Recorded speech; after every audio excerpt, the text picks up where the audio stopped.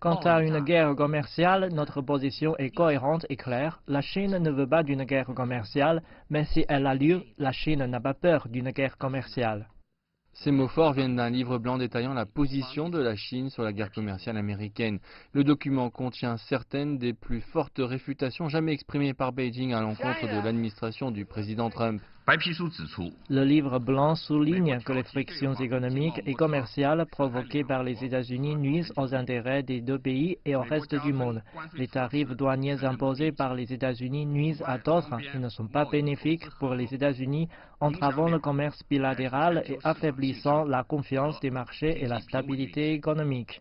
La guerre commerciale ne rend pas sa grandeur à l'Amérique. Le document indique que les États-Unis sont à maintes reprises revenus sur leurs paroles durant les pourparlers commerciaux. Début 2018, Washington menaçait d'ajouter 25% de tarifs sur 50 milliards de dollars de produits chinois et 10% sur 200 milliards de dollars de produits chinois. Les États-Unis ont essayé de justifier ces actions en disant que la Chine volait la propriété intellectuelle par le biais des transferts forcés de technologie, des accusations qui sont infondées pour Beijing. Selon les officiels chinois, dans la dernière phase des discussions, Washington a intimidé et imposé une pression extrême en insistant sur des clauses qui violeraient la souveraineté de la Chine.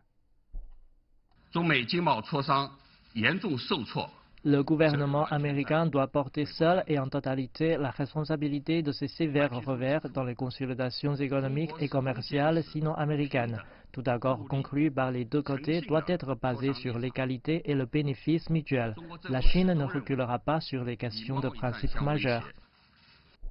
Face à ces défis, la Chine affirme qu'elle redoublera d'efforts pour renforcer le pays à travers la réforme et l'ouverture. Les officiels ont indiqué que la réforme structurelle du côté de l'offre améliorera davantage les produits et la compétitivité des entreprises.